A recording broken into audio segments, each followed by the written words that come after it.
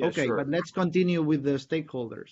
Because now what Okay. we've seen is that just looking at how the ideas are going to be placed, we realize that we also need social media, we also need expert fashion designers to be involved, etc., etc.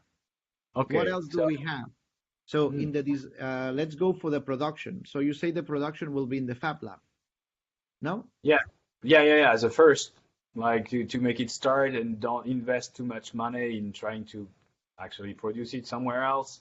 We could or involve more people like using the Fab Lab to do it, or we could involve people to make a machine to make it easier to be assembled, for example.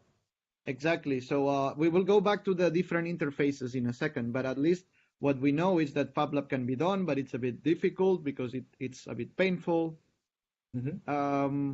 What about the then we have the assembly, which is the painful way, and then And we the can use, source huh? as well, and the sourcing as well, like in correlation Exactly, with. where the leather comes from, and what kind of That's leather specifically you need. And I think that the I want nice to. thing, sorry, No, go ahead, go ahead. I'll tell you afterwards. good. So where does the leather come from? You can tell me now. Yeah, yeah. So it comes from a second-hand market. Like some people gather leather from some luxury houses like Vuitton and stuff like that, and or I don't know, I don't think they buy them, but still they have it and they sell it for, I don't know, 25 euros, like almost 2 meters long stuff per 1 meter. You see, it's a big piece of. That's very So cheap.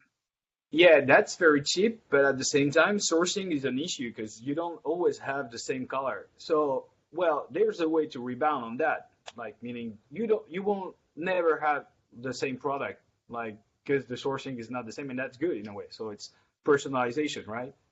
Yeah, I Customization. think that exactly. So that's a good example on how a limitation can be seen as an advantage.